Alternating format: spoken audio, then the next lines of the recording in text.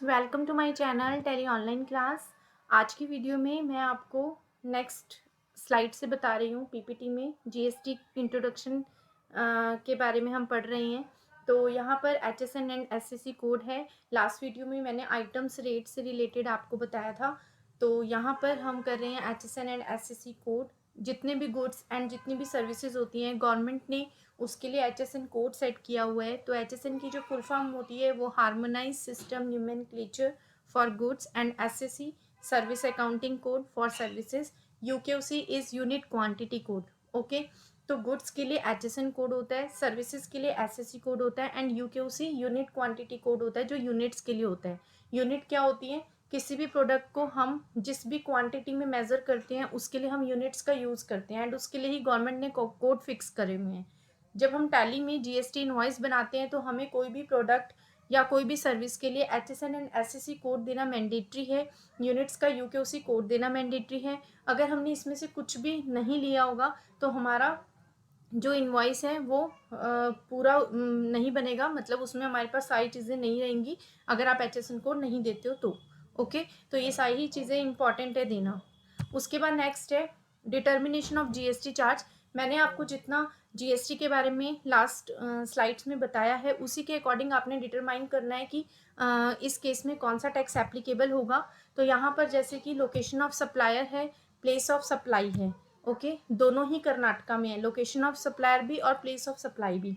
तो ये जो हमारी ट्रांजैक्शन होगी ये हमारी इंट्रा स्टेट ट्रांजैक्शन होगी, इसलिए यहाँ पर CGST और SGST एप्लीकेबल होगा। Okay, as it is next determination of GST, location of supplier, place of supply. Location of supplier जो है वो है Karnataka and place of supply जो है वो है तमिलनाडु। तो दोनों ही स्टेट्स डिफरेंट है। इट मीन्स कि ये हमारी इंटर स्टेट ट्रांजेक्शन है। इंटर स्टेट के केस में जो हमारा टैक्स एप्लीकेबल होता है वो IGST एप्लीकेबल होता है।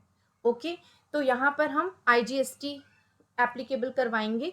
तो आपको मेन तो यही पता होना चाहिए कि आपका कौन सा टैक्स किस केस में एप्लीकेबल होगा। ओके, उसके बाद नेक्स्ट है रिवर्स चार्ज मैकेनिज्म।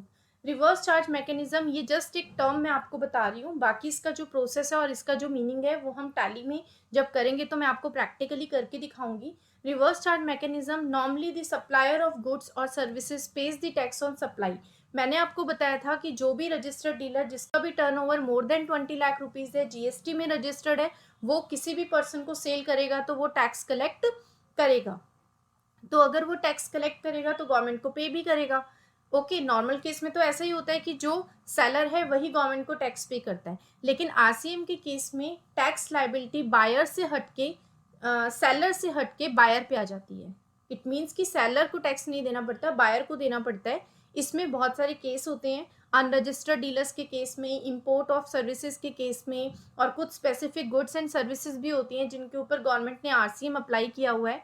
तो ये सारे केसेस मैं आपको जब टैली पे प्रैक्टिकल स्टार्ट करेंगे तब बताऊंगी। एंड यहाँ पर आप देख सकते हैं जैसे एग्जांपल बना हुआ है, नॉर्मल GST पेमेंट प्रोसेस में क्या है, supplier of goods and services, ये जो सप्लाई की है सप्लायर ने उसके लिए प्राइस ऑफ गुड्स भी लिए हैं रिसीवर से और GST रेट भी लिया है। तो GST जो है वो सप्लायर के थ्रू गवर्नमेंट के पास जा रहा है।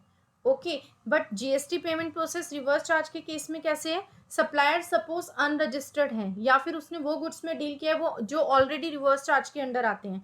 तो यहाँ पर सिर्फ गुड्स की और सर्विसेज की सप्लाई हो रही है सप्लायर के थ्रू सर्विस रिसीवर को, यहाँ पे GST कलेक्ट नहीं किया जा रहा। तो GST का जो अमाउंट है वो कौन पे कर रहा है, रिसीवर पे कर रहा है, किसको, गवर्नमेंट को। तो यहाँ पर क्या हो रहा है, ऊपर नॉर्मल GST के केस में सप्लायर पे कर रहा है गवर्नमेंट को एंड RCM के केस में जो बायर है वो टैक्स लाइबिलिटी पे कर रहा है गवर्नमेंट को। तो RCM यही होता है, टैक्स लाइबिलिटी रिवर्स होके सेलर से बायर पे जब आ जाती है तो उसको हम RCM बोलते हैं। Okay, next is input tax credit. Input tax credit क्या होता है, इनपुट टैक्स क्रेडिट होता है ITC। एक सप्लाई चेन में मैन्युफैक्चरर से लेकर लास्ट कंज्यूमर तक बीच में जितने भी लोग हैं, चाहे होलसेलर है, रिटेलर है, ब्रोकर्स हैं, जो भी हैं, हर पर्सन GST में ITC क्लेम कर सकता है। बस उसको रजिस्टर्ड होना ज़रूरी है। आप लोग यूटिलाइज कर सकते हैं, अपना जो भी ITC है उसको क्लेम कर सकते हैं। इसका मीनिंग क्या हुआ, इनपुट का मतलब होता है परचेज टैक्स का क्रेडिट लेना, परचेज टैक्स का क्रेडिट लेना। अगर आप कोई भी एक प्रोडक्ट को परचेज करते हो और उसके ऊपर टैक्स पे करते हो, suppose 5 rupees, and same product को आगे जब आप सेल करो और सपोज आपको टैक्स जो कलेक्ट होता है आपके पास वो 8 रुपीज़ होता है, तो इट मीन्स कि आपका जो आउटपुट टैक्स है वो 8 रुपीज़ है एंड जो आपका इनपुट टैक्स है वो 5 रुपीज़ है। जब आपने परचेज किया तो 5 रुपये टैक्स पे किया, तो यहाँ पर जो आपकी टैक्स लाइबिलिटी निकलती है वो निकलती है output tax minus input tax, sale tax minus purchase tax. तो 8 माइनस 5 आपकी जो टैक्स लाइबिलिटी बनेगी वो 3 रुपीज़ बनेगी। आपको पूरा 8 रुपीज़ नहीं गवर्नमेंट को देना, आप 5 ऑलरेडी दे चुकी हो तो आपको माइनस करके 3 रुपीज़ पे करना है। तो जो आपने -5 किया है वो आपका ITC है जो आपने क्लेम किया। ओके तो यहाँ पर जस्ट मैं टर्म समझा रही हूँ ITC की, इसमें भी बहुत सारे केसेस होते हैं जो हम आगे करेंगे।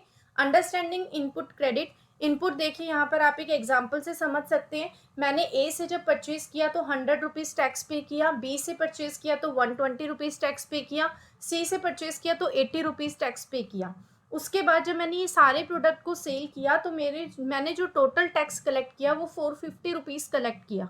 अब 450 माइनस जब मैं 300 करूंगी, क्योंकि 100 प्लस 120 प्लस 80 टोटल 300 हो गया। 450 माइनस 300 करूंगी तो 150 रुपीज़ मेरी टैक्स लाइबिलिटी आ जाएगी जो कि मुझे गवर्नमेंट को पे करनी होगी। ओके तो ये आपका ITC होता है, input tax credit. Next composition dealer से हम लोग नेक्स्ट क्लास में करेंगे एंड मैं आपको थोड़ा सा GST का टैली में प्रैक्टिकल भी बताऊंगी नेक्स्ट क्लास में। तब तक के लिए आप इतना करके रखिएगा। RCM का जो टर्म है वो बहुत इंपॉर्टेंट है, ITC का टर्म तो बहुत ज़्यादा इंपॉर्टेंट है, तो इसको आपने अच्छे से समझना है। नेक्स्ट वीडियो में हम लोग कॉम्पोजिशन डीलर करेंगे। Thank you so much for watching this video.